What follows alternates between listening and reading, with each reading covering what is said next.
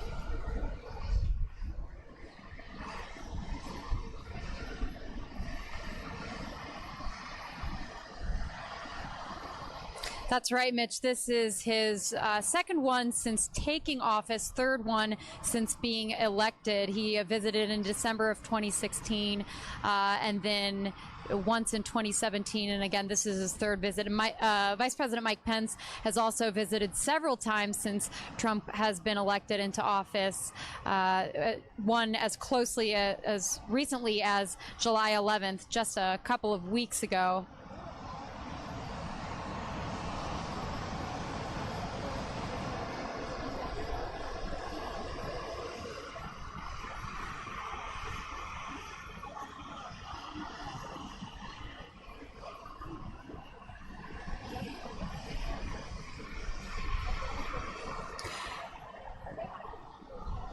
That's right, Mitch. I am probably about 20 yards back, so it's hard for me to see. I bet that you probably have a better look at him right now, just with the camera being able to get a closer look there. I see several people waving, but no, I'm not able to hear any conversations going on right now between the president and the people there to greet him.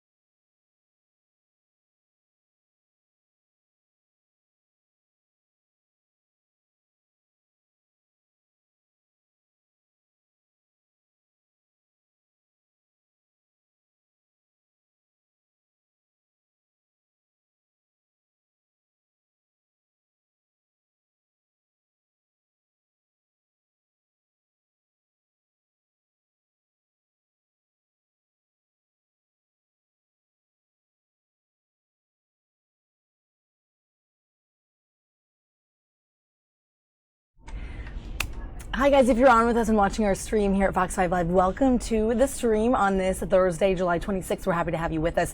That was just raw footage of Air Force One arriving in Iowa. President Trump is arriving there before heading off to Southern Illinois. It will be his first visit to Illinois as president. He'll be touring Granite City Works, a steelworker organization, after they had many people laid off that they then brought back to work at a local mill. So they'll be celebrating that and now celebrating the president. They are visiting with them. And again, this is President Trump's first visit to Illinois as president. He'll be making some remarks touting his plan to impose tariffs on imported steel and aluminum. So talking trade and all of his trade talks. That will be sort of a large event coming up later in the afternoon. But before that, we have just as much raw footage as we can bring you on video of everything that's happening sort of here and around the nation. We're going to bring you some of the top stories of the day, show you what we've been working on here, and then just flash around to any live feeds that we have coming in the newsroom, which you can see behind me. We're here in Washington, D.C. at Fox 5 D.C. in Upper Northwest D.C. and have some stuff coming in. I'll make sure I flash you around to the relevant things, and we'll be updating sort of our headlines. You can see what we're covering as we do that. So stay on with us here. You can follow us below on the handle. We're also, of course, at Fox 5 DC on all platforms. So we're going to be here with you for the afternoon. Stay with us, and let's take a look at some of the top stories that we've been working on. For free and fair trade. That's because President Trump and the European Commission President Jean-Claude Juncker did a 180 on public threats of increasing tariffs. We agreed today, first of all, to work together towards zero tariffs, zero non-tariff barriers, and zero subsidies on non-auto industrial goods. Steel tariffs, aluminum tariffs, and tariffs imposed as retaliation are now set to be resolved. I had the intention to make a deal today, and we made a deal today. The president's posture going into this meeting was clear last week at a cabinet meeting when he indicated punishing tariffs would be possible if talks with the EU weren't productive. If we don't negotiate something fair, then we have tremendous retribution, which we don't want to use, but we have tremendous powers. We have to. Including cars. Cars is the big one. In today's deal, European partners also agreed to import more American natural gas and soybeans. That's good news for an industry where prior to this afternoon's announcement, farmers like Wisconsin's Michael Slattery have been planning for the worst. I will attempt to reduce my acreage of corn and soybeans. I will look to plant more small grains. But until the burden of the trade war shifts away from farmers, the president has approved $12 billion in emergency aid for the industry, relief Democrats disagree with. The president's bailout is like a Soviet-style program where the government props up an entire sector of the economy. The Trump administration seems more hopeful that a new NAFTA deal can smooth things over with America's neighbors soon. We hope that the Mexican deal can be done very quickly, possibly by the end of August or before September. Then Canada will hopefully follow suit. Republicans hope trade tensions with China can be resolved quickly too, so economic gains from tax reform don't disappear. I think the president's right in kind of pushing the envelope like he did with NATO investment, but we need to settle it down, get back to the growth message. Something that didn't change today, trade tensions with China. So late this afternoon, President Trump huddled with more than a dozen GOP lawmakers to talk next steps. I spoke to North Dakota Senator John Hoeven on his way over there. He said he's supportive and that President Trump is just trying to treat other countries the way they treat the U.S. In Washington, Peter Ducey, Fox News.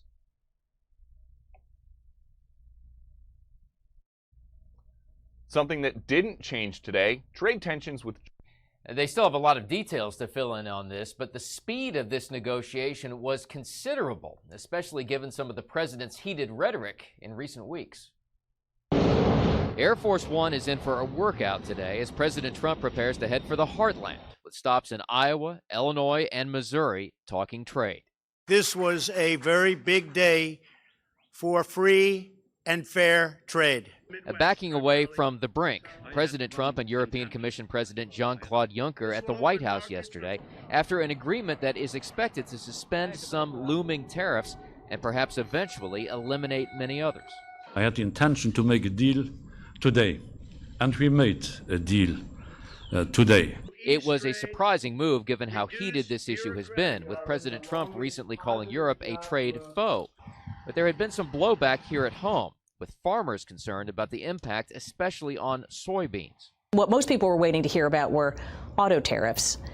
Instead, we heard a lot about soybeans, which suggests that the real focus is on the Farm Belt much more than on the EU. Democrats, meantime, hammered the administration over an effort to increase aid to farmers over trade concerns. The president's bailout is like a Soviet-style program where the government props up an entire sector of the economy. And while a potential deal with Europe may be a positive sign, the trade dispute between the U.S. and China continues to grow, with little relief in sight. In Washington, Doug Luzader, Fox News.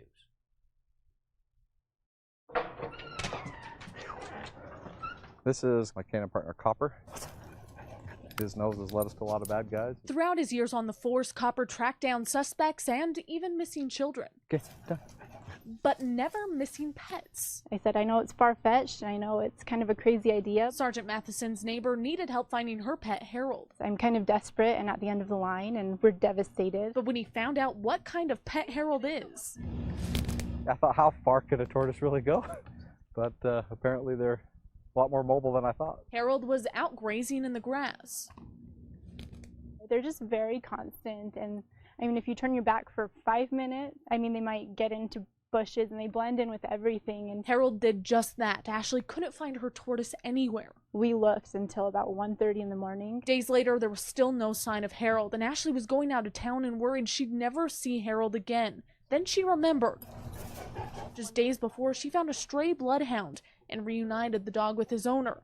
That dog happened to be Copper, and that's when Ashley found out about his history. He's a retired police dog, and that he had a really long and successful career, and he's very smart. Something she saw firsthand when Copper picked up the scent from Harold's hut. No, he seemed really excited to go back to work. But Sergeant Matheson was skeptical. I thought, no, there's no way. It's been a couple of days. But within seconds, Copper, immediately after smelling the little hut, went straight to the grass where I'd put her down and then followed the scent. Copper continuously took us to a retaining wall just outside of the neighbor's yard. Harold was hidden in the rocks. I was ecstatic. I started screaming and jumping up and down. A happy ending to the unlikely story of the tortoise and the canine. It didn't seem like he really skipped a beat, and he seemed pretty excited to get out and do something besides sit around the house. A violent election day in Pakistan. A suicide bomber blows up near a polling station in the city of Quetta. 31 people were killed, 35 injured. The ISIS terror group claimed responsibility. The attack is an attempt to disrupt the election process, but people will not be affected by this. Turnout was moderate in the parliamentary elections, only the third Democratic vote in the 70-year history of the country. Past governments were marked by coups and military administrations. Critics say this campaign was also corrupt, including vote rigging by the powerful security forces, favoring frequent U.S. critic Imran Khan. He says he wants to shake things up as the new prime minister. This is the first time we have had a chance to defeat the parties who have been in control here for 30 years. Just jailed on his own corruption charges, ex-Prime Minister Nawaz Sharif. His brother now heads their party. I appeal to the nation to make it a great, prosperous, progressive country. Also participating, the party of two-time Prime Minister Benazir Bhutto, fronted by her son. She died in a terror attack over 10 years ago. This as the U.S. watches nervously the strategic Asian country. The administration cut off over $1 billion of military aid to Pakistan early this year due to its closeness to militant groups. President Trump tweeted at the time, quote, "They gave safe haven to the terrorists we hunt in Afghanistan with little help." Many believe that there will not be a fundamental change in Pakistan's behavior so long as the military continues to control all the levers of power. Early results show the party of U.S. critic Imran Khan in the lead, and he could possibly become the next prime minister of Pakistan. That is being challenged, however, by many of his political foes, alleging vote irregularities. In London, Greg Palcott, Fox News. Early results show the party of... 我想说的是， I want to say the incident that happened is an isolated public security case. The Chinese police have handled it timely and properly. A small homemade bomb detonated outside the US Embassy in Beijing on Thursday afternoon. The device was set off by a lone attacker. He was quickly detained by police. After the explosion, large plumes of smoke could be seen rising from the area. Witnesses say they felt tremors and later saw police examining a single vehicle outside the compound. They all ran away and there was a bit of smoke. We all knew it was something explosive. The 26-year-old suspect injured his hand during the attack and was taken to hospital for treatment. As well as the blast, there are reports that a woman was also removed from outside the embassy after apparently spraying fuel on her body in an attempt to set herself on fire. But neither police nor the embassy has commented on this other incident. Police say the attacker who caused the explosion acted alone with a small device made from fireworks. It must have been very small. I didn't see anything like a flame, no. So I think the explosion wasn't really big. Police say they haven't yet identified a motive for the attack, but their investigation continues. No damage was done to embassy property. In London, Kitty Logan, Fox News. This morning, Pastor Andrew Brunson, who was in prison in Turkey for nearly 2 years, has been let out of jail at Dubuque. He's still under house arrest, so our work is not done. A step in the right direction, but not far enough, say U.S. officials.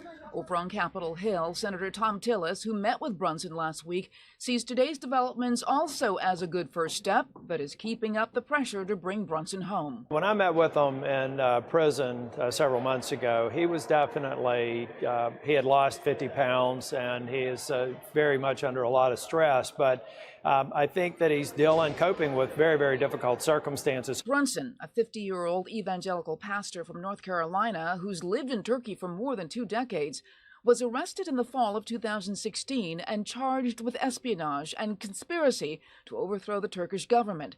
Brunson's arrest has caused tension between the United States and Turkey after his third court appearance last week and remanded back to prison. President Trump tweeted, "A total disgrace that Turkey will not release respected U.S. pastor Andrew Brunson from prison. He has done nothing wrong and his family needs him." Brunson's transfer to house arrest came midway through the first ever ministerial to advance religious freedom at the U.S. State Department, a gathering of 80 senior officials from around the globe. Yesterday, Brunson's daughter appealed to the delegates on her father's behalf. I'm still waiting to wear the wedding dress that I got 2 years ago.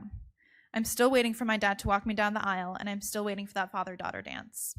Brunson's move to a less restrictive place has relieved some of the tension between the U.S. and Turkey. But lawmakers say only Brunson's full release would begin to restore the relationship between the two nations. In Washington, D.C., Lauren Green, Fox News. By the time I got the camera out, able to take videos, they were already at the fountain. Andy Davis was getting ready to go for an early morning run when he spotted something out of the corner of his eye. This is what he saw. The mom of the 4 mountain lions hopped up on the patio, and I reached over real slow to grab my phone so I could snap a couple pictures, and then right behind her came the 3 babies. He continued to record through the windows for about 6 minutes. They start to walk around a little bit, get a good shot of one of the babies' faces there, looking around, a little nervous right there, but that was pretty cool. He says it appears the cats were familiar with the area and believes they may have been there before, although he has never seen them. I was amazed because, my whole life I was waiting to see cats. I haven't ever seen any mountain lions the whole time that I've lived up there. And this morning I got to see 4 of them at the same time, so it just blew my mind. I thought it was the most amazing thing I've ever seen. Up close and personal with 4 mountain lions, but not to worry. I was inside, so I wasn't too worried about it. And then the usually elusive creatures were off. Yeah, they just skirted off into the woods underneath the camper there. Andy doubts he will ever see a sight like this again and is glad he caught it on camera.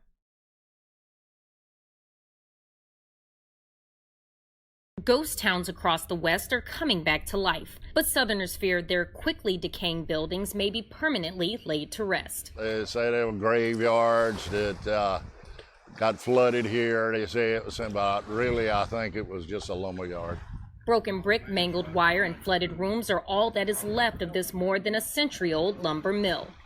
Southern wet weather tends to return old buildings back to dirt pretty quickly, compared to drier climates. One day it'll just be a pile of nothing under the water. Nobody will know it was ever here if we don't do something. Preservationists across the country are doing their part to make sure buildings like these don't become a distant memory. What we try to do as an organization is build a network of developers, of donors, of people who want to invest back into community. Michael Biedenbaugh says private investors receive incentives for abandoned buildings like these, which can have a major impact on the region's economy. Tax credits, abandoned building credits, those things can help attract capital back into the places where capital has left.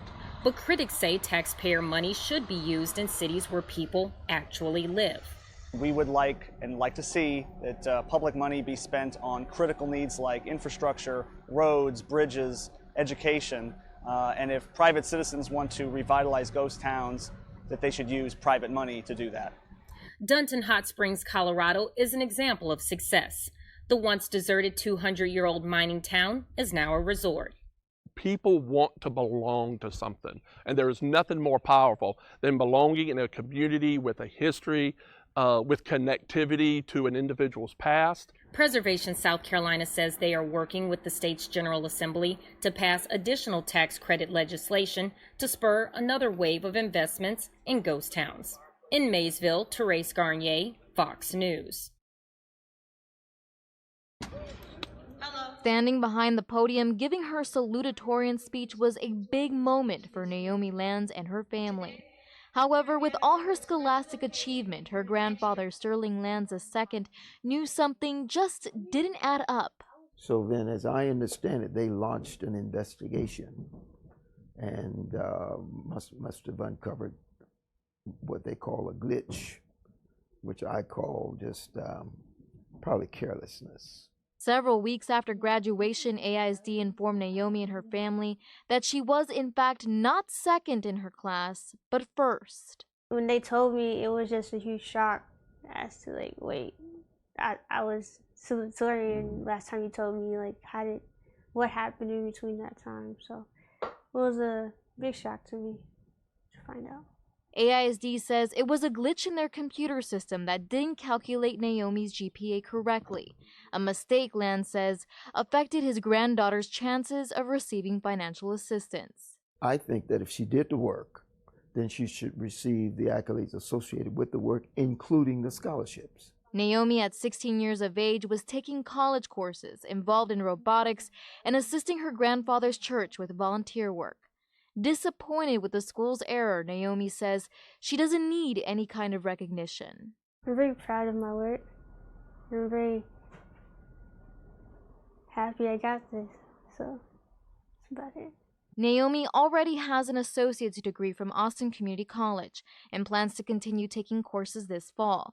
She excels in STEM and is considering studying engineering and design in the near future. Lands hopes more doors will be open for his granddaughter once the issue is resolved, not just for Naomi, but for future valedictorians. I think we should go back and look at that chain of review and ensure that we raise the quality of the review so that every student is treated fairly.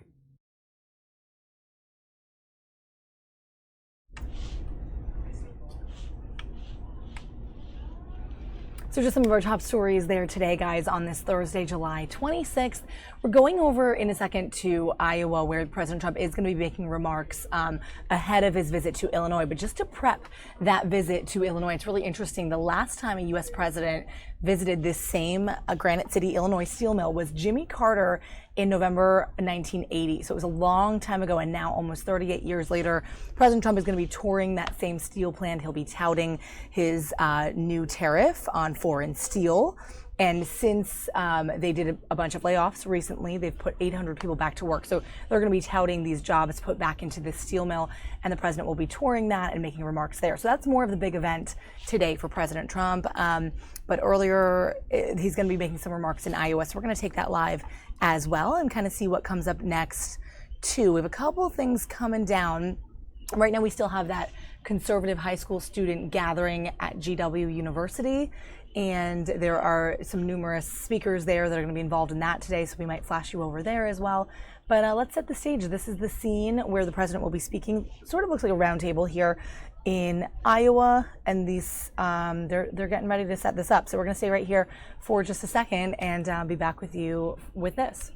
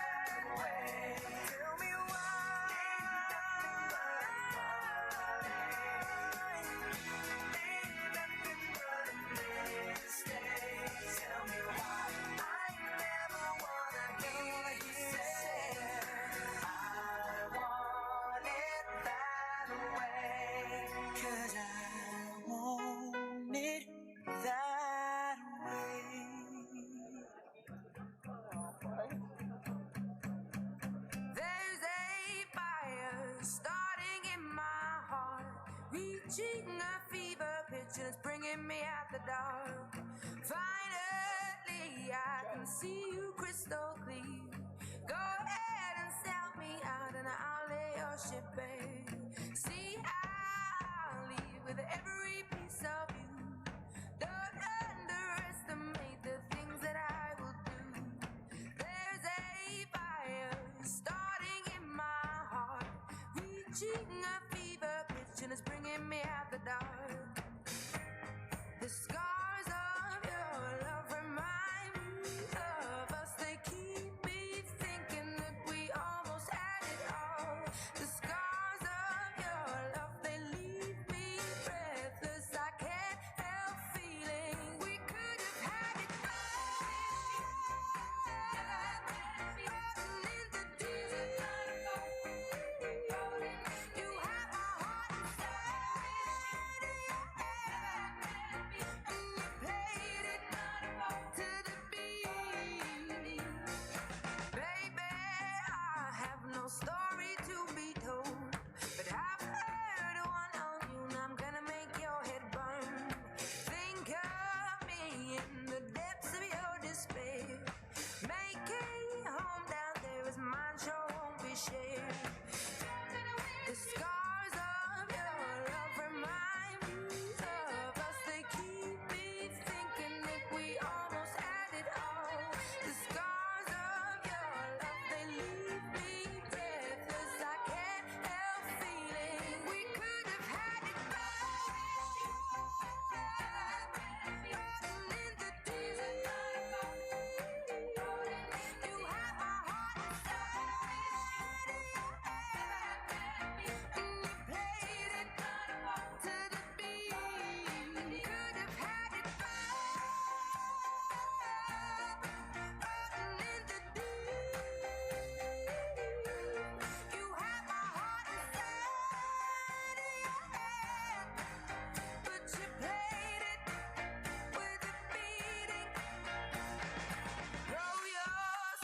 through every open door.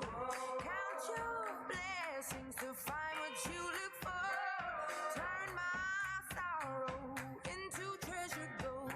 You pay me back in kind and reap just what you sow. We could have had it all. We could have had it all.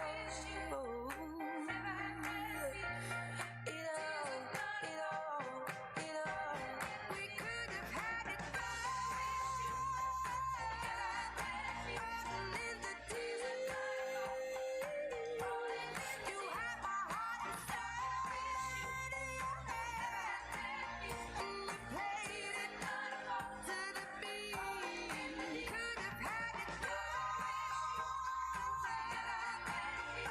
In the deep. You have my heart and soul. But you played it to the beat. Hey Jude, don't make it bad.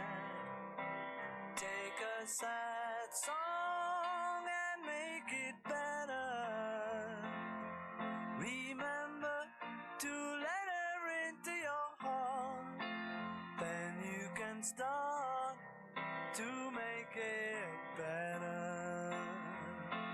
Hey Jude, don't be afraid.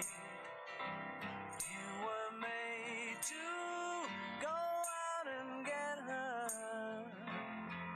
The minute you let her under your skin, then you begin to make it better.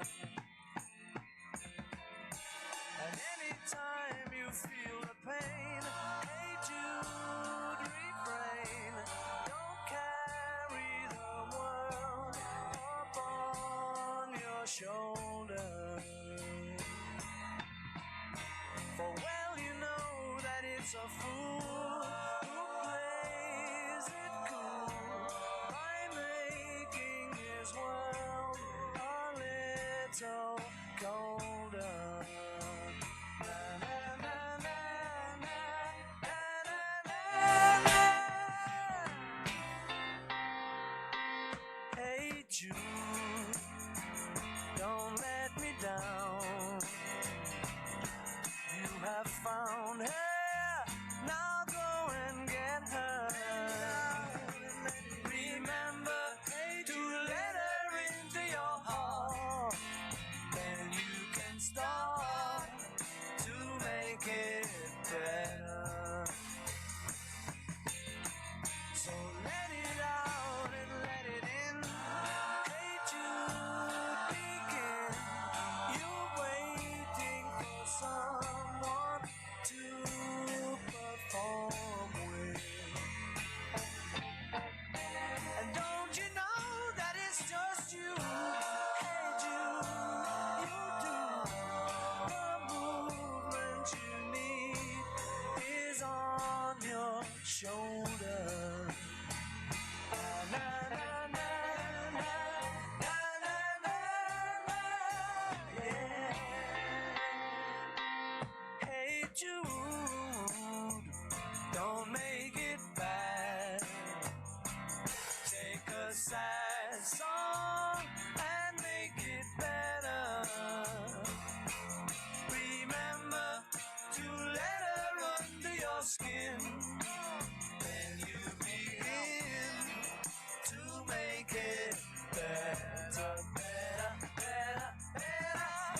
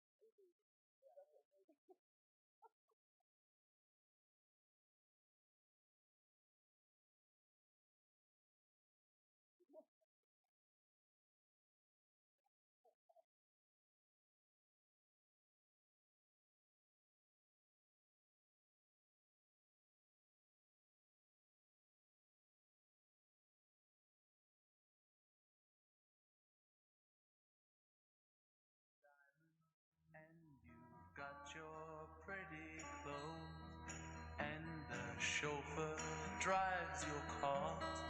You let everybody know, but don't play with me, 'cause you're playing with fire.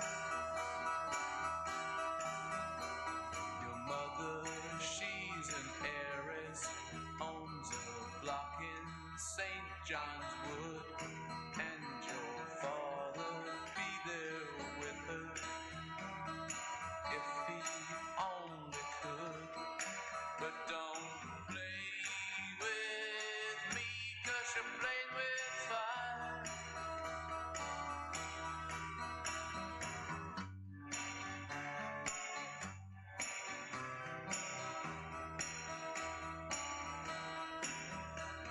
Your old man took her diamonds and tiaras by the score. Now she gets her kicks in Stepney, not in Knightsbridge anymore. So don't play with me, 'cause you're playing with fire. Now you've got some diamonds, and you will have some others, but you better watch your step, girl, or start living with your mother. So don't play with me, 'cause you're playing with fire. So don't play with me, 'cause you're playing with fire.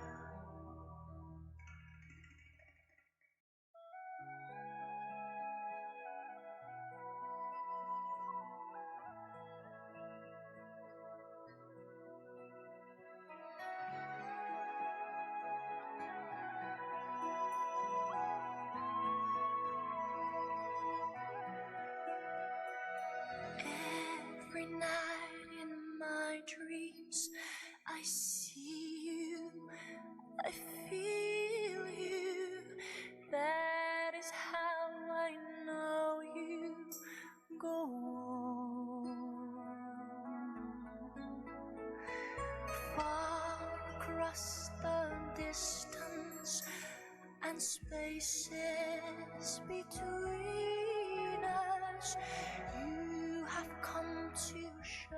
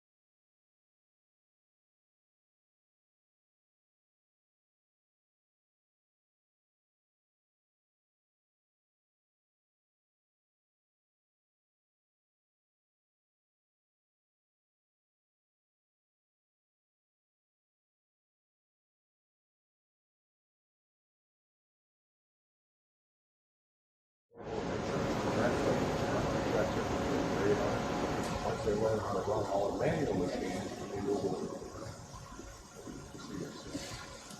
This gentleman here is one of my students from last year. There's a student from last year over there.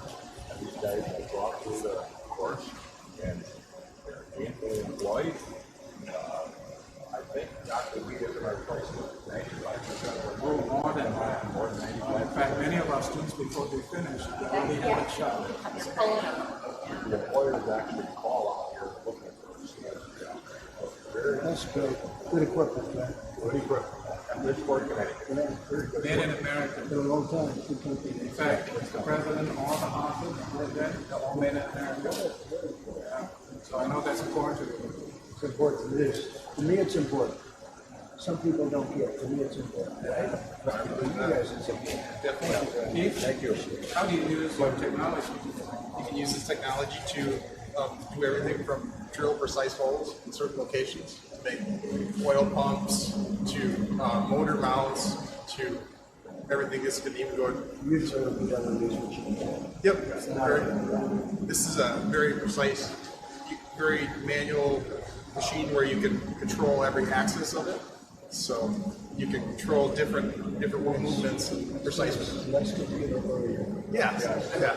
Easier to run. Something nice. You need that foundation, right? Yep. Before you head over here. Yep, it gives you that foundation you need. Yep. And I want it. Thank you very much. Appreciate it.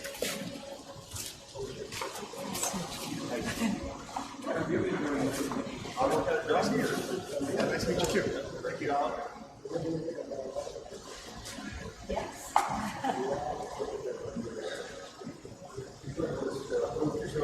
Too old to go back to school.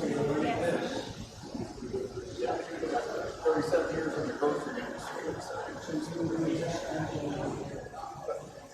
We're doing this job is what got me out. You got me into the business. 6 months. Oh yeah, really well. My dad worked for Badger for 40 years, so I grew up green. Yeah, so he went to work right out of high school at 8. Beer. Oh, they got record numbers.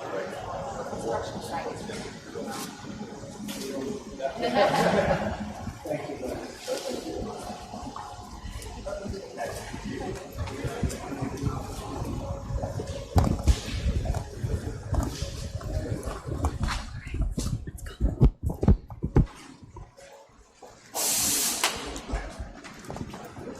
Good job, guys.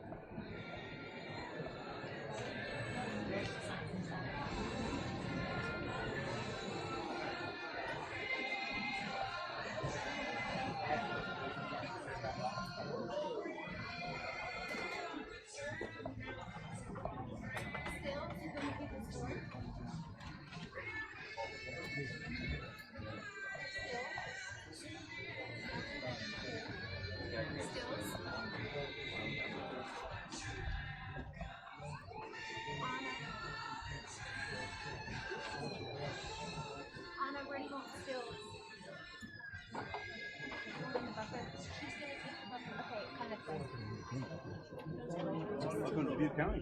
Thank you. What's up, buddy?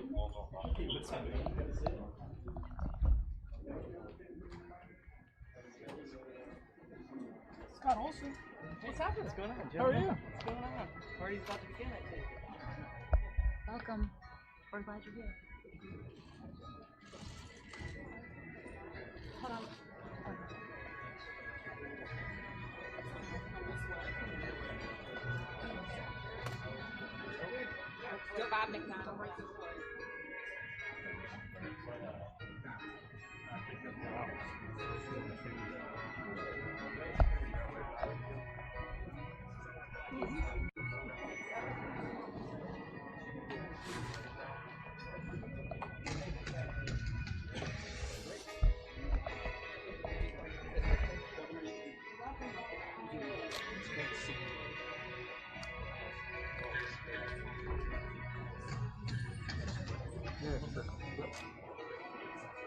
Okay.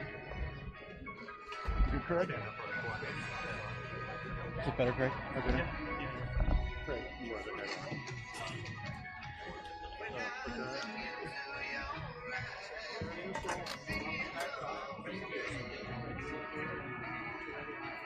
I was.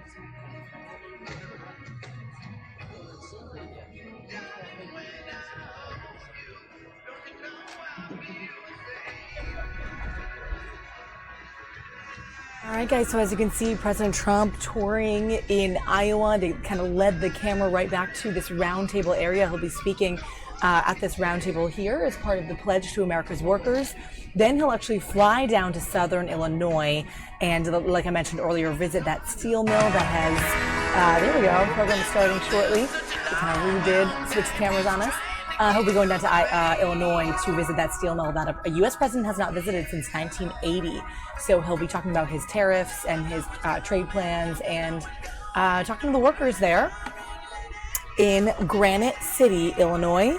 And I know they have hundreds of people that are fired up for his visit, supporters, of course, coming for his visit, and workers at the steel mill as well, supporting this and fired up for his visit. So U.S. Steel, of course, crediting Trump's plan to impose that tariff on imported steel and aluminum. And yeah, this is, he's going to be speaking to employees and residents there, probably about 500 or so on that tour. So first, though, this roundtable in Iowa, and then he'll be over in Illinois later this afternoon.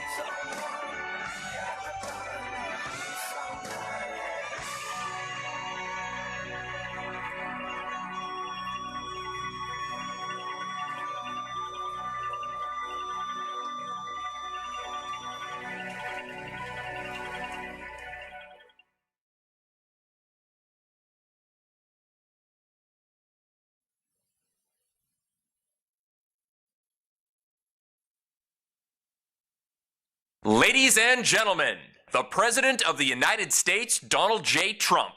And I'm proud to be an American, where at least I know I'm free. And I won't forget the men who died, who gave that right to me. And I gladly stand up next to you and defend her still today. 'Cause there ain't no doubt I love this land. God bless the USA.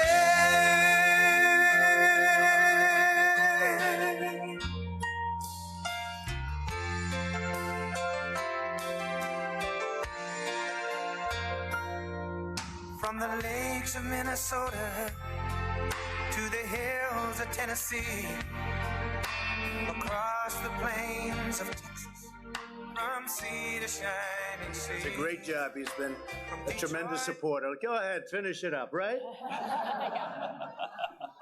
Thank you very much. And thank you very much for being here. It's wonderful people, wonderful state. We've had great luck in the state, and I think we're really putting it back. I'm very close, I have to tell you, to pulling off something that you've been looking forward to for many years, and that's the 12-month E15 waiver. We're getting very close to doing it. It's a very complex process. And I stuck with ethanol, and most other candidates they weren't there, right? To put it mildly. But Kim and Terry Branstad, who's right now you're a great ambassador to China. Right. We could not have put him in a more auspicious location, or a more important location, from the standpoint that Terry is out there doing a really not an easy job. But I think in the end it's going to work out very well. It's going to be something special. I want to thank Secretary Wilbur Ross for being here, Secretary Alex Acosta, Wilbur, Alex. Governor Kim Reynolds, I guess one of the reasons I liked Terry, he was the longest serving governor in the history of the United States, I think 24 years. And he was sort of semi-newly elected again. And I said, how about this? Let's see. First, I had to figure out who is the lieutenant governor. And I knew it was Kim. And I said, she'll be a great governor. She's turned out to be better than a great governor. You have, and Rod told me that. I said, Rod, how's she doing? And he said, she's phenomenal, right? Absolutely. He said she's phenomenal, and she really has been. You're number one in almost every category. You're in the top 3 in jobs. You're in the top 3 in employment. You're number 1 state. I think they just came out. Number 1 state. You won't let me ride with you. Those are, that's right. Those are very bad sound bites for whoever you're running against. I don't know who you're running against, but I can tell you that's not easy. When they rate you number 1 state for a lot of things, especially on an economic basis, the job you're doing, Kim, has been fantastic. And I can tell you, I spoke to Terry recently. We speak a lot, and he thinks you're doing a great job. So thank you very much. Thank you. We appreciate the tax cuts.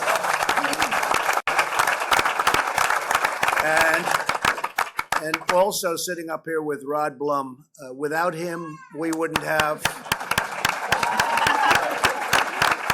Without Rod, we wouldn't have our tax cuts, and we have massive tax cuts and reform. I don't mention reform because it's too complicated to talk about.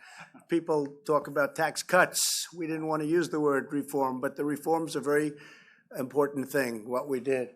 And even included in that bill is the individual mandate. We got rid of the individual mandate, the most unpopular thing in Obamacare, and Obamacare is on its way out. You look at the cost of Obamacare, it's horrible.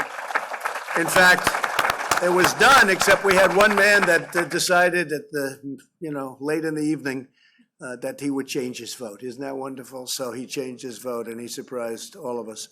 But it was dead. But it's virtually it's on its last legs right now. Alex Acosta has come up with incredible health care plans through the Department of Labor, association plans where you associate, where you have groups and you go out and you get tremendous health care at a very small cost. And it's across state lines. You can compete all over the country. They compete. They want to get it. And Alex, I hear it's like record business that they're doing. We just opened about 2 months ago, and I'm hearing that the numbers are incredible. Numbers of people that are getting really, really good health care instead of Obamacare, which is a disaster. So you're getting great health care for really a fraction of the cost, highly competitive.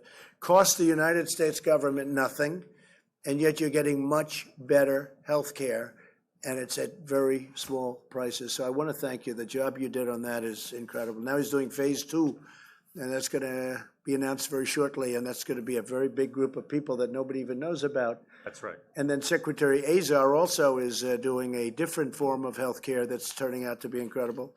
We're working very hard on medicine prices. You probably saw where Pfizer actually announced a price increase, and then we weren't happy, and they took it away. They took it away. It's never happened before, and I thank Pfizer for that. I thank and Merck likewise, and Novartis, and a number of, they announced increases, and boy, I must have a very powerful position, Wilbur, because I was extremely angry about it. And then all of a sudden they all called, we're going to retract our price increases. So I said, number one, that has to be a good business. Otherwise you don't do that. And number two, I appreciate that they did it.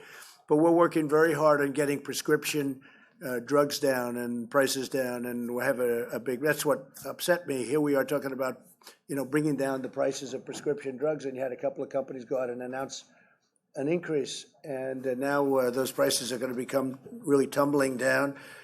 We have something else that we did, right to try, and you would really, you were so instrumental in that, Rod, and I appreciate it. You and Greg and everybody, but I've been after it for a long time. I never understood it. They've been trying to get it passed for 42 years. You know what right to try is? It's actually a great title. A lot of these names I don't like. I love this name, right to try, and this is where people are terminally ill, and they can't get a drug that shows great promise because the company or because the country says, well, we don't want to let anybody have a drug that's going to maybe hurt them. Well, they're terminally ill, so they want the right to try it. And they'll travel if they have the money, and most of the people don't have the money, so they have no hope. But this way, you have these incredible drugs that are coming out. It's too early in the stage to let them go out to the mass public. Many of them are going to work. But even if it was some of them are going to work, you now have the right to try. So you now have the right to get these drugs. And I think it's going to be a fantastic thing. And Rod Blum and some of the other folks have really been instrumental. That was an important one for Rod, but it was an important one for a lot of people. And incredible how difficult it was. I mean, you would think that would be an easy one, right? What's easier than that? But the drug companies didn't like it because it showed badly, because people were very, very sick. They didn't want it in their statistics. The insurance companies didn't want it because they didn't want to get sued. The states didn't want it because there was a liability question. And we got them all in a room. We said, look, everybody will sign a document saying we're going to take this and we're going to take away all liability, no suits, no nothing, but we're going to have the right to try. And they said, I was there. I guess you could say I led it. And they said very nicely, oh, well, that works. Everybody said that works. In terms of the statistics for the drug companies, and I understood they don't want to have that as a bad stat because these people were really far down the line in many cases. I said, we won't count that stat, or we'll have a different set of statistics where it's terminally ill people. But one of the things you do get out of it is you really will find out whether or not it works. But the thing that we wanted to get was we wanted to give people hope. And that's what they got. So that was something that was really good. And I'm just mentioning because Rod was so helpful with that and so many other things. So I want to thank you. Fantastic. So I also want to thank the Northeast Iowa Community College president, Dr. Liang Chi-Wei, for hosting us. He did a great job. Very good. And really fantastic what we saw. We met some of the students, and they're really enthusiastic, and they're going to have a great life. They're going to have a great life. We have so many companies moving back to the United States now, and what we need is talented people, people that have knowledge and people that know how to use those incredible machines that you don't learn overnight, right? Sure. And what you're doing here is a great example. A lot of people are studying it. What you're doing in Iowa with Kim and everybody else, and you were very complimentary of your governor, and I understand that. but what you're doing is really incredible. People all over the country and beyond the country are studying what you're doing right here in Iowa, Kim. And thank you, Doctor, very much. Congratulations. Thank you, Mr. President.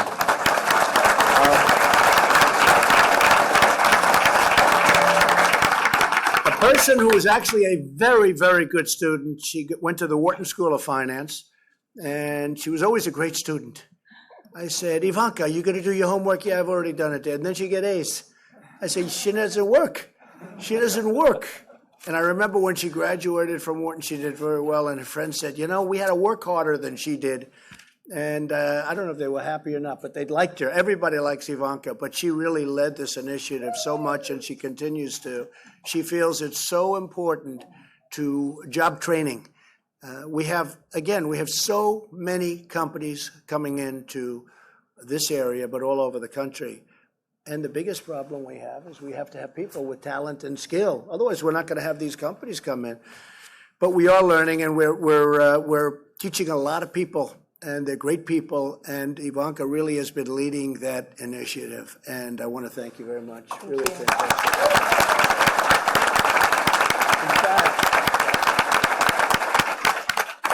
Ivanka, before we begin, maybe you just might want to tell them about the bill that was passed last night. Absolutely. So after many, many years, since 2006, Congress on both sides of the aisle could not get together to reauthorize and modernize a piece of legislation that is so critically important to what we're all here talking about, career and technical education. Perkins Career and Technical Education Act passed the Senate last week, passed the House this week, and will be signed into law by the president after over a decade of languishing. Unless I don't sign it. Maybe I'll veto it. Maybe I'll veto it. I'll see. Let's see. I think I'll veto that bill. What do you think? No. It's going to affect 11 million students and workers across the nation who are seeking to acquire the technical skills to be able to thrive in our modern and increasingly digital economy. So it is very, very exciting, and it's an enormous piece of legislation, and it's going to be really transformative to education across the country. And I was actually here in Iowa just this past March with the great Governor Reynolds, and we toured one of the facilities that benefits from Perkins. This facility benefits from Perkins, and it's great legislation that was in dire need of being modernized. So thanks to the president's leadership and thanks to the push of the White House, it got done. So we're very excited, and we'll be signed into law. Good. So, Rod, get that to my desk, right? Get that to my desk, all right? You sign it, right? Before I change my mind. I'll change my mind. Be careful. Anyway, well, thank you very much. But I want to also send our prayers to the communities who have been affected by the recent devastating tornadoes in central Iowa. That was all over the news, and I watched it. I love this place. It's been a very special place to me. And you know what? Whatever we can do, we're doing. Yeah. We have a lot of federal people out here, some incredible people, and they're all working with your representatives, and I know they're doing the best they can. But I will tell you, that's a terrible event. It's tragic. The power of nature. People have no idea. Moments ago, I toured the school's amazing state-of-the-art training lab with the doctor, and they're preparing American students for the work of the future, for their life's future, and they're going to have a great living. They're going to be making a great living. They're sought after. They're really sought after, and I congratulated them. We're making tremendous progress on workforce development. Next week, I'll sign the legislation that Ivanka just talked about. That is going to be really something, and really an amazing achievement. Between that and, for years, how many years, Ivanka, they've been working in that? 2006. Yeah, 2006. But we're signing one for the vets. Choice, that's been up for 44 years. They've been trying to get choice, where you wait online for weeks and weeks and weeks. You're not even very sick, and by the time you get to see the doctor, you have a terminal illness. They could have taken care of it very easily if you got early. But weeks and weeks, and we got choice. And people said you couldn't do that, and we got it. That's where you go out and you see a doctor, and the country pays. These are our vets. The country pays the doctor's bill. which is a tiny fraction of the cost of what would happen and what has been happening.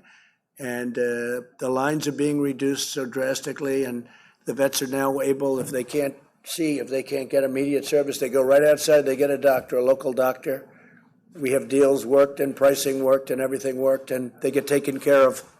It's really great. And we also passed accountability. And, you know, in the VA, you couldn't fire anybody. You knew that. This man knew it better than anybody. He's a tough cookie. He wanted to, if they don't take care of our vets, you want them out. And what happened is you couldn't get it. It was 45 years they've been trying to get accountability. Now, of course, the unions weren't thrilled, and the civil service, you know, was difficult. And that would be the stumbling block. That's why they couldn't get it passed, and we got it passed, VA accountability. So if they don't treat our vets right, we look at them and we say, sorry, you're fired, get out. Out.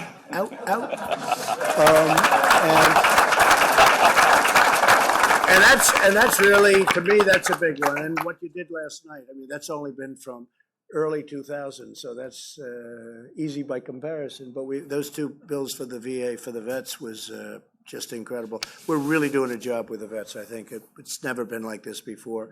But I believe that both of them, but in particular choice, is going to make such a difference where, I mean, they were waiting for weeks just to see a doctor.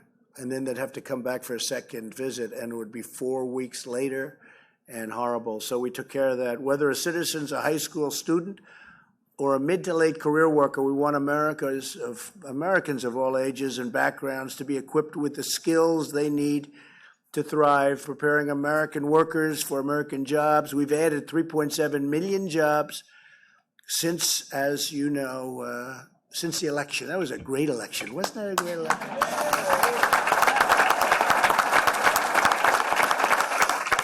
And I have to say, because we have a lot of farmers in this place, we had this hat made up. Look at that. It's the John Deere colors, actually. But make our farmers great again. Isn't that great?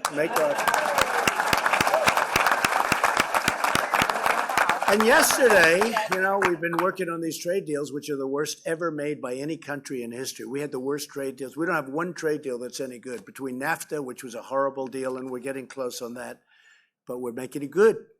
You're dealing with closed markets. The Canadians, you have a totally closed market from so many, you know, in Canada, they have a 375% tax on dairy products. Other than that, it's wonderful to deal. And we have a very big deficit with Canada, trade deficit, although they don't like to say that.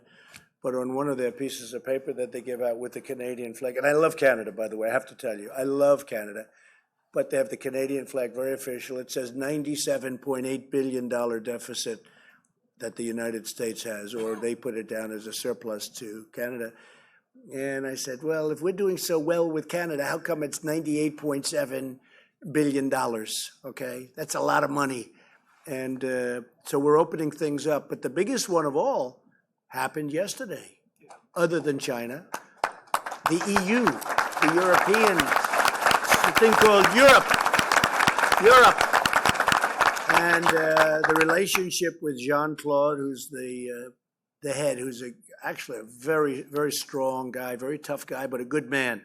And he's done an incredible job pulling all the countries together.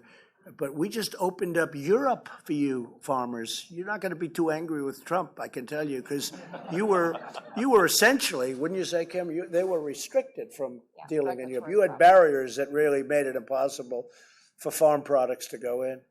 And I said to him, do me a favor, will you just, because, you know, China's doing a little number, they want to attack the Farm Belt because they know the farmers love me, they voted for me, we won every one of the states, and you look at that middle of this country, outside of a little bit of blue on the outer edges of the country, we want just everything. And so they figured, oh, what we'll do is we'll attack them. And I see that, and I said, they're not going to win, just so you understand. We have all the cards, we're going to win. But it's not nice what they're doing. But I said to the Europeans, I said, do me a favor, would you go out to the farms in Iowa and all the different places in the Midwest? Would you buy a lot of soybeans right now? Because that whole soybean thing is now going to be opened up. No tariffs, no nothing, free trade. I call it free and fair. See, that's called free trade. When you have a country that's charging you 50% tariffs and we charge them nothing, and then I raise it to 50%, and then we have politicians in Washington say, we are stopping free trade. No, they stopped it when they put on the 50%. I mean, we have countries that are charging us 200%, 250%, 100%. I don't want to mention them because I actually get along very well with the head people, but they know who they are and they're changing their ways. But the Europe, I mean, basically, we opened up Europe. And that's going to be a great thing for Europe, and it's really going to be a great thing for us, and it's going to be a really great thing for our farmers, because you have just gotten yourself one big market that really, essentially, wouldn't you say, Kim, never existed, because you just had a problem. So we did that yesterday afternoon. We signed a letter of intent, or agreed to a letter of intent, and we're starting the documents, but the relationship is very, very good. So we're very happy.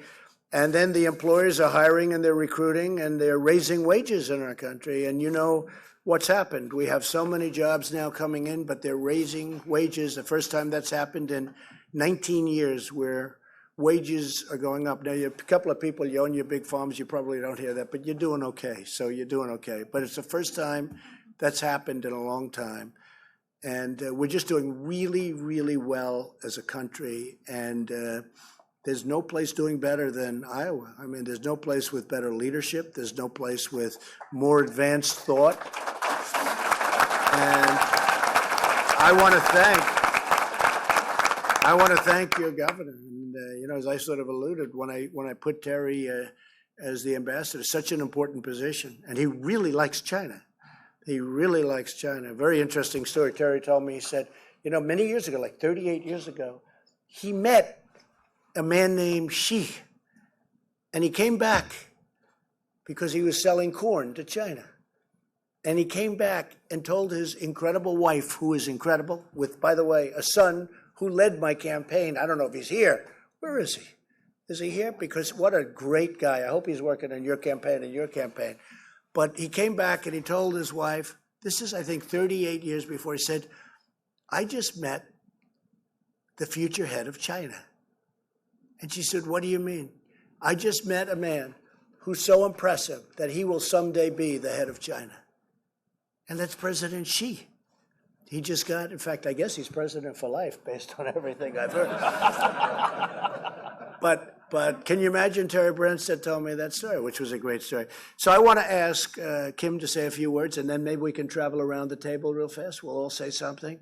But it's great to be in Iowa. We had a tremendous victory here. We won by a lot. And just very, very special people, very, very special. And we're taking care of your ethanol, okay?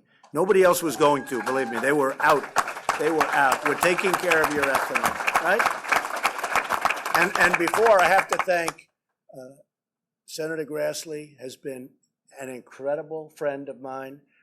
Joni has been like an incredible friend of mine. Although I think she likes Ivanka better than she likes me. It's the same thing. Girl power, right? But Joni Ernst, I'll tell you, she's a tremendous talent. Chuck Grassley is like, he's Chuck Grassley. He's just incredible. He speaks and you listen, right? There's no games with Chuck. But they've been pushing me very, very strong on the ethanol. And, you know, we've been with them all the way. So I just want to thank them. I know they're in Washington doing some very important business right now, but I want to thank them. Kim, go ahead. Thank you. Well, Mr. President, first I want to say welcome back to Iowa. It's a pleasure to have you back in our state. I also want to welcome back Ivanka and Secretary Acosta as well. We appreciate the time that you've spent in Iowa, really seeing what we've been working on. And it's a real pleasure to be a part of this round table to discuss the importance of workforce. And I think we're actually the first state that you've stopped at to do the pledge since the executive order was signed. So thank you. We're really proud of our leadership role on this front. And really the public-private partnerships continue to build the foundation. So many of the businesses that I see out in the audience today have been such a phenomenal partner with our schools and our communities and our community colleges to really help build those partnerships, to help not only young people see that there are so many pathways to a great career, but as we saw on the tour, adults that are reskilling, retraining, and having a great opportunity to have a great career and a great quality of life, and most importantly, right here in the state of Iowa. So I love the relationships that are being built through initiatives like the one that you're driving. We have an initiative called Future Ready Iowa, and the goal is to have 70% of Iowans in the workforce have either education or training beyond high school. By the year 2025, we're at about 58% right now, so we're really positioned very well, I think, to hit that goal, but it just aligns so well with everything that you're doing. We're doing Last Dollar Scholars, which is some financing for credentials up to 2-year degrees tied to high-demand jobs, an employer innovation fund that really strengthens the regional talent partnerships and the talent pipeline. Again, different areas need different things, and so this really helps the areas identify where and work on where their need is at. We're expanding registered apprenticeship programs for smaller and mid-sized businesses, so that's really exciting too. And we're doing a lot of work-based learning. We have, it's called the STEM BEST initiative, which is business engaging student and teachers. It's been phenomenal, again, with really bringing workforce and academia together in a partnership. They were operating in silos, so it's been great to see that. The other thing that we're putting in place is a clearinghouse so that we can provide work-based learning opportunities to some of our rural communities that might not have the access to the great opportunities, and we want to make sure that no matter where you live in the state of Iowa, you have opportunities. I'll tell one quick story and then I'll pass it because we want to hear from the other people on the panel, but it's really about kids like Charles Vander Velden. And he is from Pella, and he is the first ever high school student to become a registered apprentice in welding with Vermeer, who is a great company in Pella that happened to be hit with the tornado. And I tell you, they're coming back bigger and stronger than ever. So again, great community efforts there. But they unveiled a high school registered apprenticeship playbook that high schools all across the state can take it and really use it for welding or computer science or IT or nursing, whatever that may be. And we've made it very, very simple to really encourage our schools across the state to engage with our community colleges, our businesses, and our students. So I'm really excited about that. Thank you for being here. Thanks for signing the executive order. We appreciate the partnership. And we're taking advantage of your tax reform too, because we were able to pass tax reform in the state of Iowa as well as regulatory reform. So we're partnering with you on a lot of great initiatives. Thank you very much. Thank you, Kim. Thank you very much. Is that the home of Pella windows too? Pella? Yes, it is. I bought a lot of Pella windows. And I bought a lot of John Deere equipment, millions and millions and millions of dollars worth of John Deere equipment. One of their bigger customers, they tell me. So that's good. And Pella makes a great window. I will say that. They make a really great window. So we'll go around. Yes. Mr. President, Beth Townsend, Director of Iowa Workforce Development. First and foremost, I want to say as a veteran, thank you to your administration for everything you have done for veterans. You just don't know what that has meant to all of us. So thank you.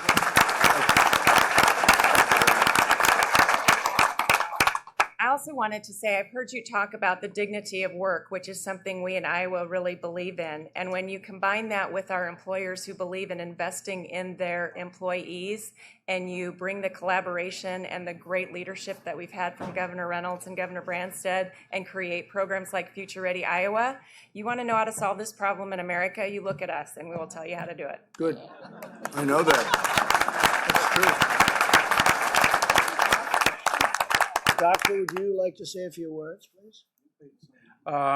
Again, on behalf of Northeast Iowa Community College, welcome to everybody. It's not every day we get the President of the United States here, so Mr. President, thank you for coming. Thank you. I just want to say thank you for really looking at the Perkins legislation. In fact, I just read it this morning under the leadership of Representative Virginia Fox. It says, one of the priorities is to have more inclusive collaboration but between educational institution, industry, employers, and community partners.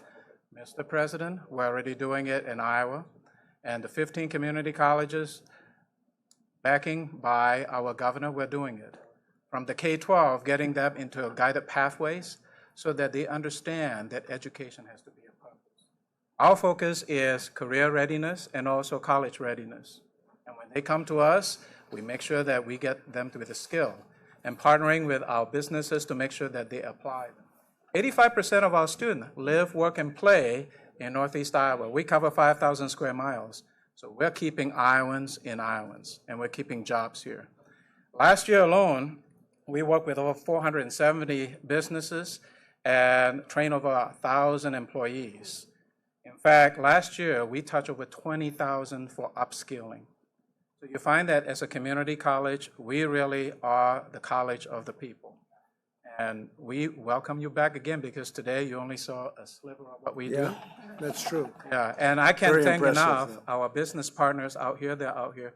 Without their support, without our K-12 support, without the state support, without the city council, and all the other government, Northeast Iowa Community College would not be able to do what you have set up, and that is putting Americans to work. We're fully behind that, and under the governor's leadership, we'll make sure that that happens. And that 70%, Madam Governor, we're going to exceed that. That's right. Thank you very much, Doctor. Appreciate it. Thank you. I'd like to maybe have Matt Blum speak next, because he's been so incredible in so many ways. He fights so hard. He loves his state. He loves the people. I guess he's got a race against somebody they call Absent Abby, because she never showed up to the State House. I don't know what's going on. Absent Abby. Who is Absent Abby? But have you ever heard that term? I think so. But, he came to me recently with, that's a bad name for somebody to have if you're running for office, I'll tell you. But he came to me recently about a flood wall. And that's a big deal, isn't it? Huh? Big deal. And big deal. And how much Thank you money? very How much. much money did you get? $117 million. $117 million. And if somebody else would have come, they would have gotten $2. But he got $117 million, and it's going well, right? Is it going well? Absolutely. Yeah, good. Yeah, it's going well. Congratulations. Thank you very much. And good luck with everything, and I appreciate everything. I appreciate your help. You've been fantastic. Thank you, Rod. Say a few words, please. Mr. President, Ivanka, Labor Secretary Acosta, and Commerce Secretary Ross, welcome to the 1st District of Iowa. And I don't mean to put the pressure, Mr. President, on Secretary Ross, because I know he's got a lot on his plate, but we made a bet in Air Force One on the way out here, a steak dinner, correct, Mr. Secretary? Correct. On getting a deal done with Mexico in the next 90 days. That's right. Correct? Yes. And I fully plan on buying you a steak dinner. I'd like to thank you, Mr. President, for your leadership on our economy. We are now growing at over twice the rate that we were under former President Obama, and it's due in large part to your leadership. Thank you very much for that, Mr. President.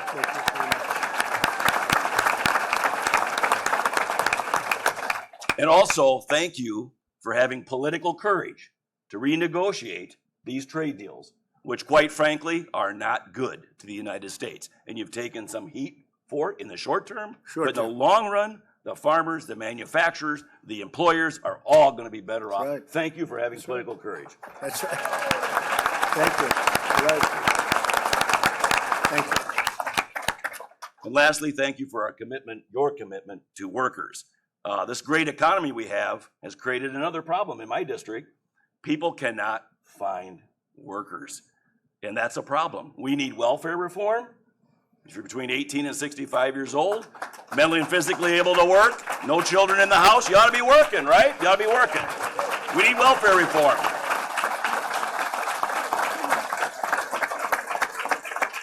And we need immigration reform. We need more legal immigration reform. We need worker visas, temporary worker visas in the ag area. So we need more workers here. And lastly, we need workforce development. You know, Mr. President, there exists a myth in this country that you cannot live the American dream unless you have a white dress shirt on and work in an office. And that, my friends, you would agree, and I think you would agree, Mr. President, is not true. So the first time, my friends, in our country's history, we have more job openings than we have workers to fill them. First time in our country's history. Hats off to you, Mr. President.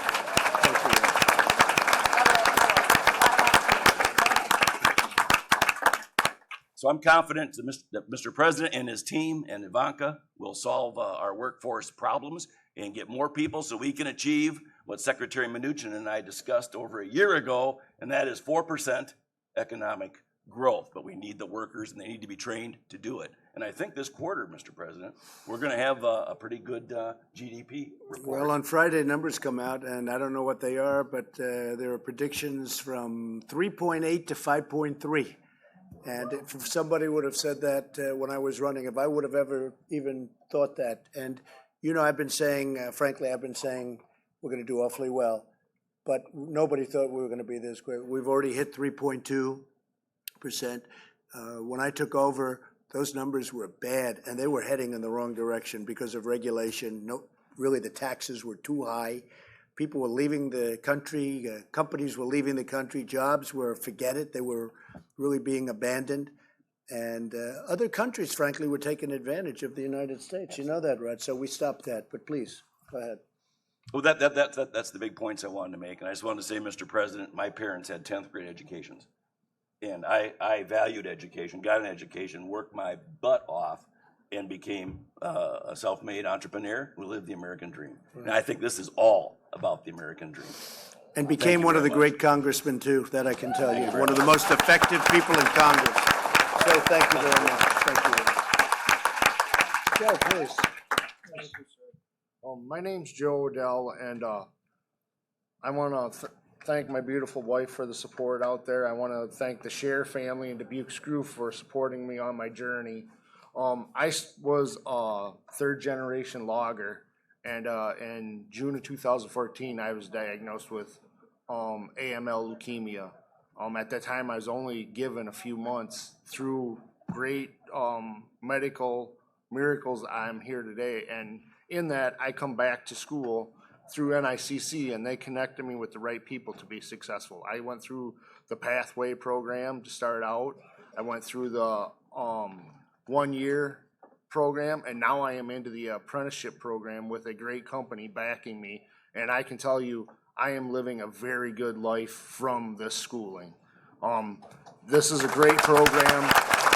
The things these guys are doing to give us these opportunities is remarkable. And it's not a traditional schooling, so it's open to a lot of people that ain't real school oriented, you know, and there's opportunity out there. You just have to want it and go get it with the drive, you know. And I think with the employer support we got around our community, the community support, these people can put you in connection with the right people to make you very successful.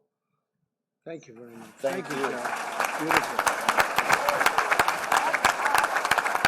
Thank you, Joe. Georgia? Thank you, Mr. President. Well, I'm Georgia Van Gundy with the Iowa Business Council, and we represent 22 of the CEOs from some of the largest employers in our state, with Randy being one of them. But we have operations in all 99 counties. And I think Beth and the governor talked about our Future Ready Iowa initiative that we have, which is a statewide strategy that's the first we've ever had to address our workforce needs. And as you mentioned, we have workforce needs in this state. And so it really does take business coming to the table and leading and being collaborative and innovative. You know, our employers oftentimes do provide training programs, but as employers, we know that we have to come together and be innovative in our ways in order to attract our workforce. We pledge of our members 30,000 internships, externships, and apprenticeships so that we're reaching those students early so that they understand the types of jobs that we have in the state of Iowa and why you want to stay here and why necessarily a 4-year degree isn't needed to have a great career. So educating them on that. We put together a Business Education Alliance to where we're bringing together higher education, community colleges, K through 12, and the business community to talk about innovative solutions to address our workforce. We're having collaborative industry partnerships, so bringing like industries together to say, okay, we all have these workforce needs. How can we look at apprenticeships? How can we look at different tools that are out there to address our training and workforce so that we have people here? We're having our community conversations to where we're going around the state of Iowa where business is driving some of these conversations to really talk about what are our jobs in demand in the region? How do we start building those career pathways? How do we use some of the innovative funds that we have to provide scholarships and break down some of the barriers for people to get to employment? And then also, we're dedicated to work-based learning. We hear over and over again that if students just had the opportunity to work with businesses, to get that hands-on experience so that they know gee, what does that algebra class get me at the end of the day? And so, as the governor mentioned, there's a work-based portal that's going to be up and running that our businesses are committed to support. And a lot of businesses are small, medium, large that are participating in work-based learning. And so that's where I think the state of Iowa and all of our employers are really stepping up to engage with education so that we can, our population hasn't grown in quite some time here in the state. So it is important that we retrain the people that we have to fill the jobs that we have. Thank you very much. Yep, thank Beautiful you. job. Thanks, Georgia. Thank you. Mr. President, I just want to thank you for the opportunity to be here. My name is Randy Edeker. I'm the Chairman, CEO, and President of Hy-Vee. Just to level set about Hy-Vee, we are an 86-year-old employee-owned company. We operate in 8 states in the Midwest, 248 food stores, 145 C-stores, 70 clinics, and 258 pharmacies. Wow. And so that's who we are. I was asked just to talk about some of the workforce development initiatives that we've taken. In 2017, we put $22 million up to develop a training and education center in Urbandale, Iowa. That's designed to enhance education of our current employees, develop leadership skills. We've put 2,500 of our 81,000 through that and just to enhance their leadership ability and enhance skills. And then also we developed in the same year an innovation and technology center that employs 400 individuals. It's a 90,000 square foot facility that's very free-flowing, collaborative type center. We're using that to really engage with colleges and universities from around the Midwest. We have right now we have a wonderful internship program with Drake University around business analytics. And so we're using that as a way to develop new talent and also new ideas. Another area we're very proud of is our Hy-Vee Homefront. We launched Hy-Vee Homefront as a way to support our vets as they're getting out of the service with needs. And then it quickly turned to the opportunity to recruit. We recruited 74 vets in the last 6 months to Hy-Vee. We offer a $5,000 relocation bonus and then career tracking for our veterans as they get out of the service.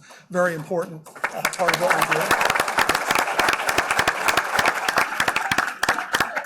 Another area that we're exceptionally proud of is the numbers of opportunities we've been able to provide for individuals with disability. We've been recognized many times for what we've done. We're working with the Harkin Institute on the International Disability Employment Summit.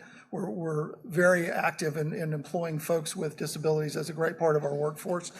We actually have, for the first time ever, this is a very nice, proud moment, we have the first hearing impaired licensed pharmacist in the United States who's practicing in Des Moines right now. We think that's a nice thing. And then finally, as a commitment, we've committed to, over the next 5 years, taking 800 individuals through our Hy-Vee University program, which is a 4-year advanced program to train workers and leaders in our company. 1,000 interns, 1,000 advanced skilled workers will be trained, and then 12,500 on-the-job training and working with individuals to learn new skills to assimilate into our companies and others. And so we've committed to 15,000 training opportunities over the next 5 years as a part of your pledge today. And so once again, thank you for having us here. Thank you, Randy. Thank you very much. Thank you very much. How about you, Matt? Good afternoon, Mr. President. My name is Matt Drowski, and I reside here in the town of Piasta. Here with me today is my lovely wife, Monica, my 2 brothers, and both my bosses. I am honored to be here to talk briefly about the opportunity my employer, Service One, has given me to participate in the HVAC apprenticeship program through the CEU Authority. After high school, I attended Southwest Tech for dairy herd management, and then eventually NICC for HVAC.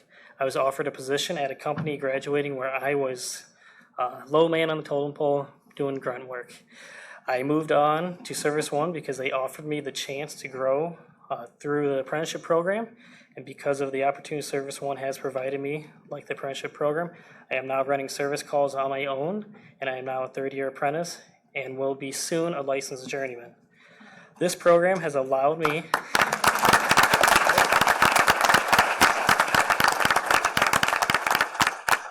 This program has allowed me to build on my skills and knowledge in the trade that seems to be declining in the workforce for skilled laborers. It is allowing me to better myself and become a greater asset to my employer and to the industry. My brother, who is here today, has followed into my footsteps at Service One and will be starting an apprenticeship next year. Mr. President, I want to thank you and congratulate you for the effort in helping the working class and believing in American workers with the workforce development.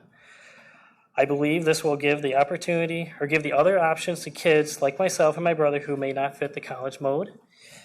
Thank you again for allowing me to share today. It's been a real honor. Thank you very much, Matt. Beautiful job.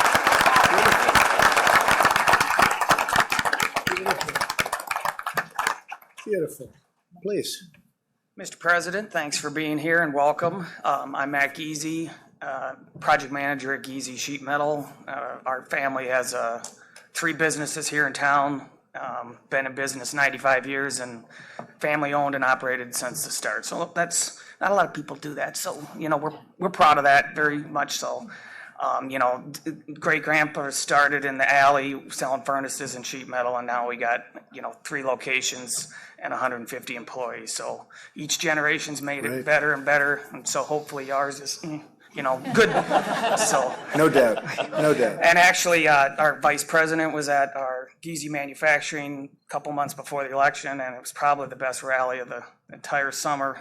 But Kim and Rod, because, we had a huge stainless steel metal sign Trump out of, Trump pence. It was, nice. They join us often, so. But I work on the construction side of things, so I estimate and do commercial HVAC and duct work. I can tell you, the jobs are out there, seeing great numbers, and that, not just us, everybody is seeing. They're busier than, don't know what to do. We're so busy that we got guys on mandatory overtime, and they're great guys. I just want more of them, and it's not just us. It's all the trades that need more guys. And I actually saw a guy while we were waiting. He had a sign that says "Always hiring," and I think that's a good sign because you can always better yourself, regardless. But and then I echo, like Rod and a few of the others have said, that for the longest time you heard the only way you're going to make money is go to college.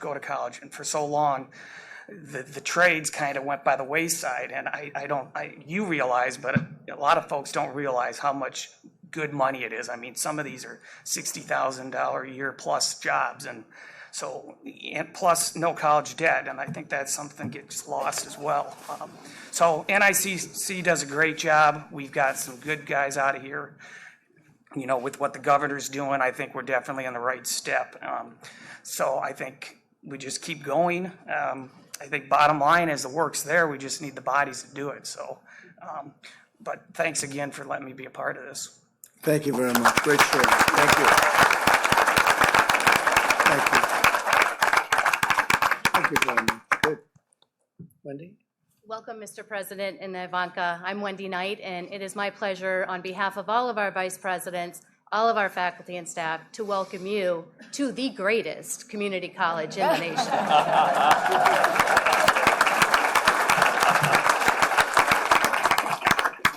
And I hope this is acceptable with my Secret Service security friends. For those of you in the audience, if you partner with us, if you had a student who you have hired, if you have a friend, a relative, anyone you know that has been touched by NICC, please raise your hand. Wow.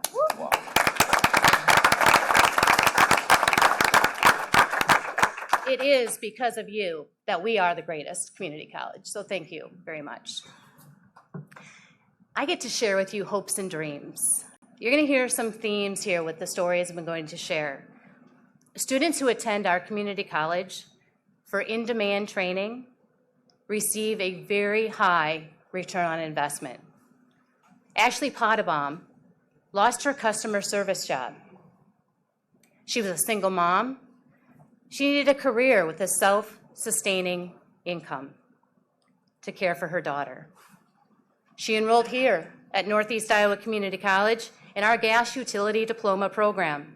And in only 9 months' time, and right before she was going to graduate, She was offered a job by one of our utility companies full-time and now making over $26 an hour.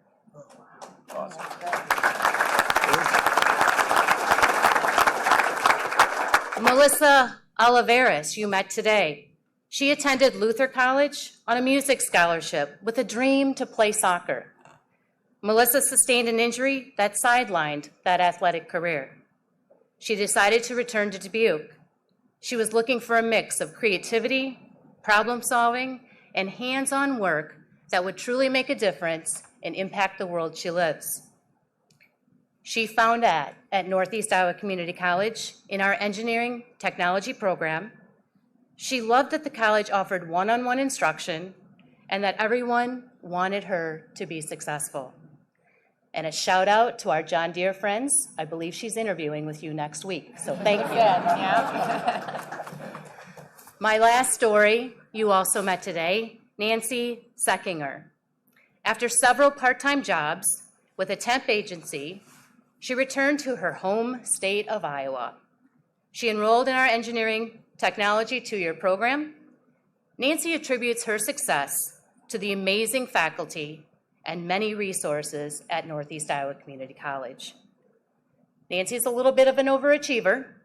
She has also a welding degree, and she worked as a journeyman pipe fitter for 10 years.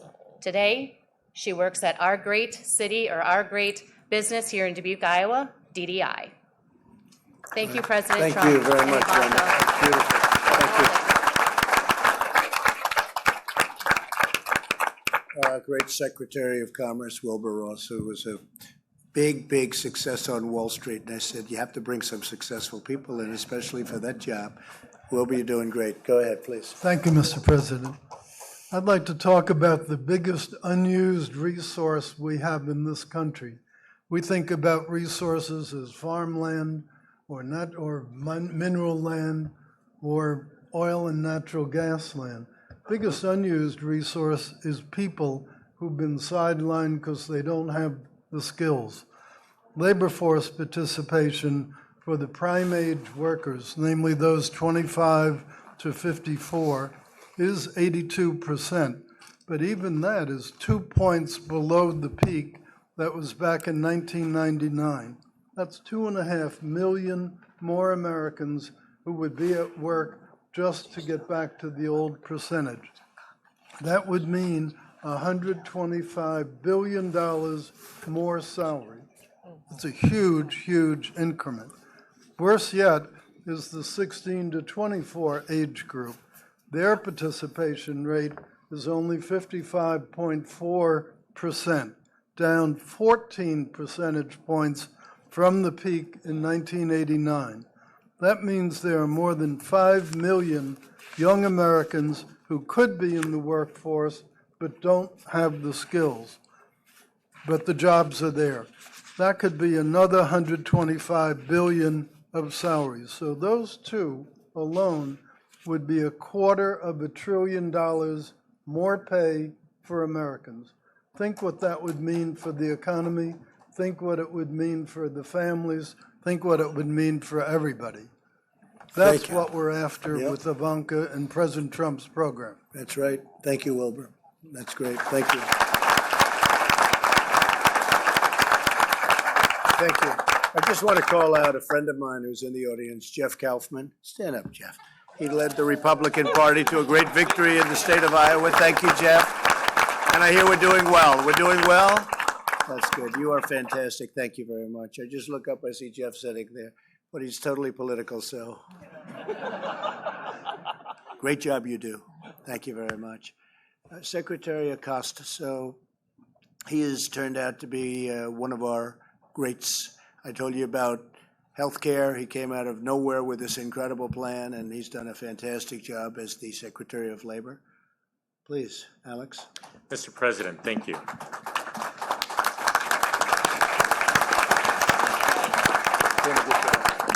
As I've been listening to the comments around the table, I'm struck by how many firsts we have seen over the past several months. The tax cut that the president referenced is the biggest tax cut that we have seen in decades, maybe ever. And what does that mean? That means initially we saw 2 million, then 3 million, and last I saw 6 million Americans had received a bonus or a salary increase or some other dividend directly because of the tax cuts. I was at a facility, advanced manufacturing facility last week, signing one of the Pledge to American Workers with the CEO of that facility. And after the tax cuts, they put aside $100 million to help train and educate their workforce. Think about that. And they said that was because of the tax cuts at first. Deregulation. You've heard the president reference 22-1. When have we ever seen an administration that rolls back so many regulations so quickly? Veterans Administration, reform. And so what does this mean? If you look at our economy, it is strong. The unemployment rates are the lowest we've seen in my lifetime, quite literally. The initial jobless claims that recently came out were the lowest since 1969. The unemployment rate here in Iowa is 2.7%. Think about that. And GDP, when the president was running, they said 3% was impossible. But we've seen 3%. And then when we saw 3%, they said 4% is impossible. Yet today, we're talking about 4% GDP perhaps tomorrow.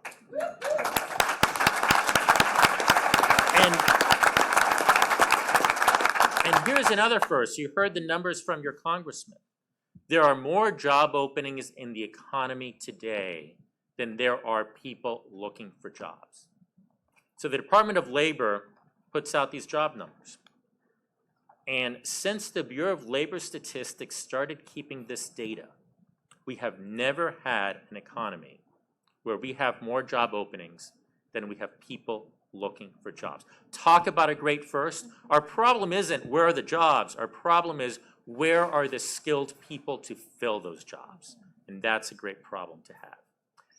And that leads me to another first, the Perkins CTE. You heard the president say that folks have been trying to do this since 2006. And so Ivanka Trump got together with Chairman Alexander and with Chairwoman Fox in the House. And yesterday, it was passed by voice vote. Imagine that, by voice vote. They just wanted to move it and get it done.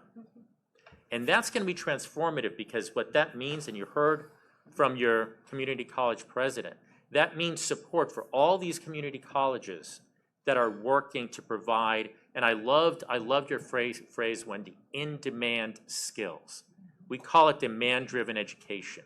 Education where community colleges respond to what is being demanded by businesses. They teach not just any old skill, but in-demand skills.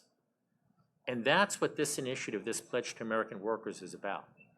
So last week in the White House, we saw companies make commitments to provide educational opportunities and apprenticeships to almost 4 million American workers. And today I was handed this when I walked in. Here in Iowa, because of the governor's work, businesses have come together. You heard from Hy-Vee and you just heard from Randy and some others. Businesses have come together and they've already pledged 50,000 training opportunities because of Governor Reynolds' work to Iowans. And that's transformative to each and every one of those laws. And we're just getting started. And so the point that I want to make is a very simple one. Whether it's through tax cuts, through deregulation, through job opportunities for individuals that are looking to transition careers, through educational opportunities for community colleges, through the Perkins CTE, for veterans that are looking for quality health care, through association health plans, the rules that we just proposed that are going to drop healthcare costs for associations around the nation. And I know here, I heard this morning that some groups in Iowa are already putting those associations together. Yep. That is impacting lives. Those aren't just theories. That is impacting American lives across this nation. And it's pretty incredible that that has happened in essence, about a year and a half. And so I just wanted to reflect on that. Thank you. Thank you, Alex, very much. Thank you.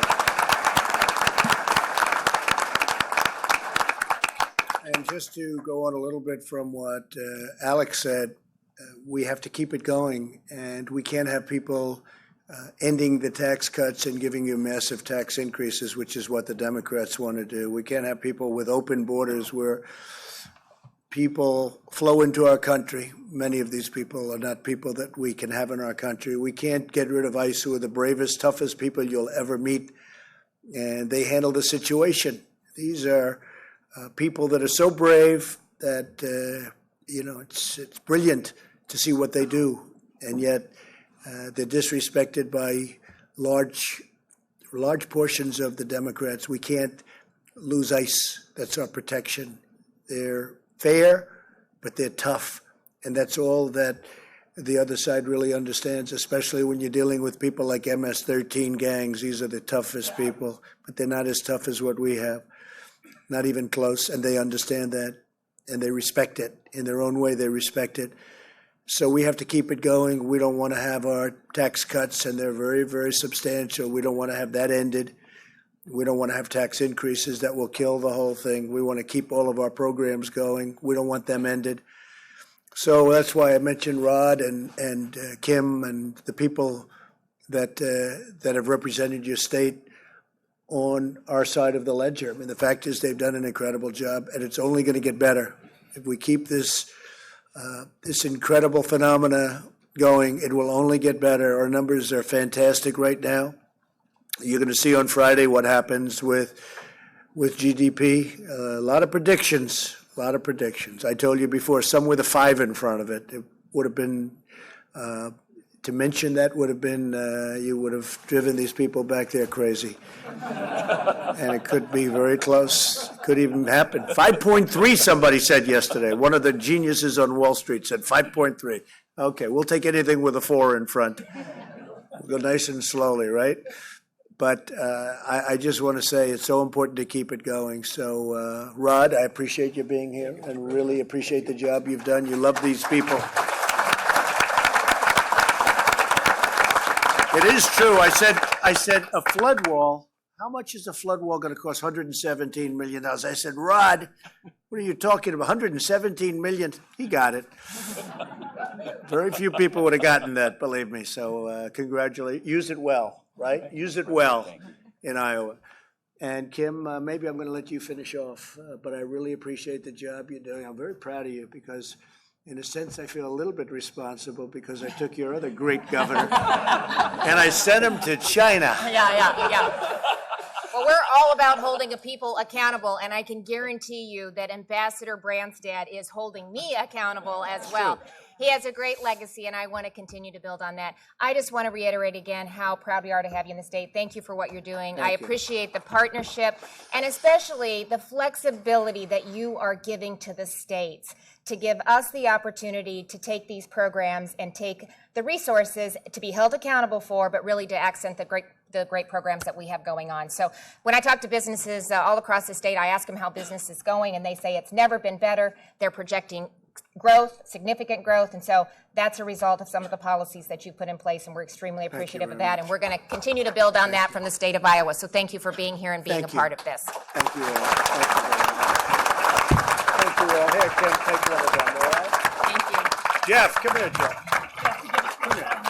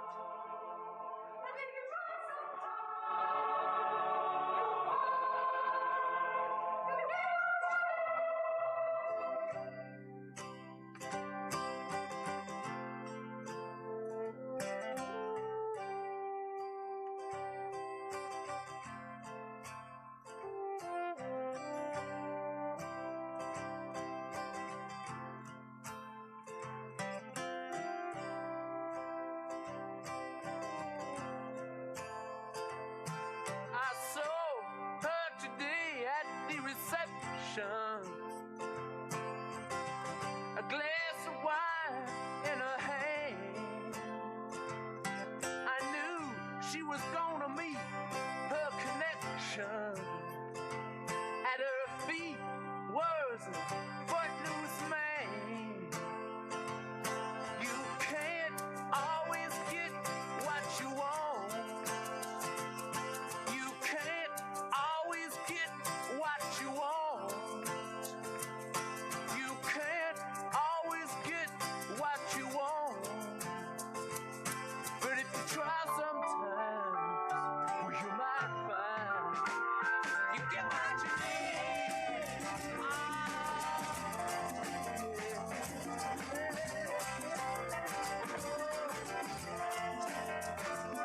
And I went down to the demonstration to get my fair share of abuse.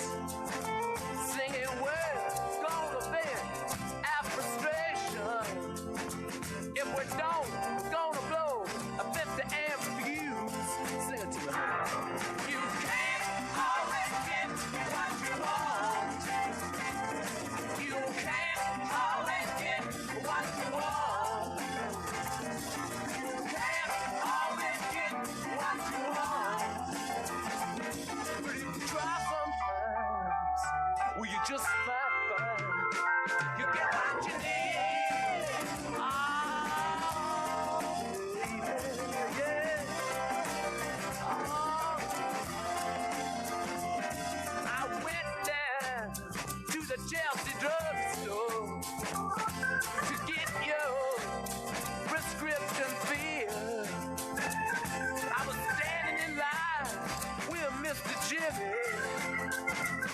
A man, did he look pretty ill? We decided that we would have a soda.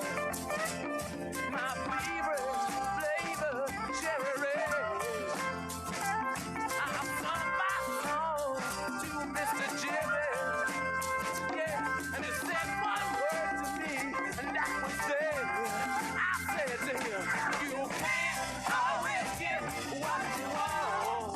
No, you can't always get what you want. You can't always get what you want. No, but if you try sometime, you just might find you get what you need. All right, guys, so obviously that was President Trump in Iowa. That was his roundtable, workplace roundtable with a variety of different people. Ivanka Trump, of course, there as well with him. He is going to be flying down now into the St. Louis airport and then visiting that steel mill in southern Illinois, his first visit to this particular steel mill and to Illinois as President of the United States. And like I mentioned earlier on the stream, this visit to this particular mill will be the first by a U.S. president since 1980, way back when President Carter visiting that same group of workers, or the workers of the time, almost 38 years ago. So that will be later on. We'll probably be taking that to our Facebook page, so stay on with us on Facebook. We'll pull back into the newsroom here. Kind of ate up most of our hours of time here, but you kind of get the gist if you were on with us. This is our live stream here inside the newsroom from 11:30 to 2 p.m. We're here on the weekdays, and we hope that you join us again tomorrow for more live stream, kind of see what's popping around the nation, around the world. Anything that breaks, we'll bring you cool footage of that. And kind of looking around for anything else to show you guys. But like I mentioned, we'll roll down this YouTube stream. We'll bring President Trump in Illinois to our Facebook page. So check us out there. We're on social at Fox 5 DC on all handles. And we want you to be on with us. So stay connected, stay on our channel. We'll be back tomorrow with more live stream, live events from our newsroom. So catch you tomorrow, guys. And plug into our Facebook page if you want to see that stream of President Trump later on today. If anything does break, we'll throw it back up and we'll make sure we have live stream of anything breaking for you. But the big political events, catch us on our Facebook page. It's at 3:40 Eastern time.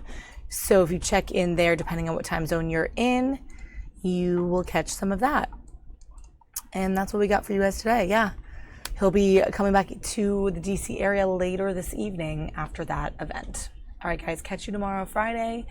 Woohoo, we're already to Friday tomorrow, the 27th, rolling out of July this weekend next. So be sure you stay on with us for everything for your live and breaking news needs. All right, see you then.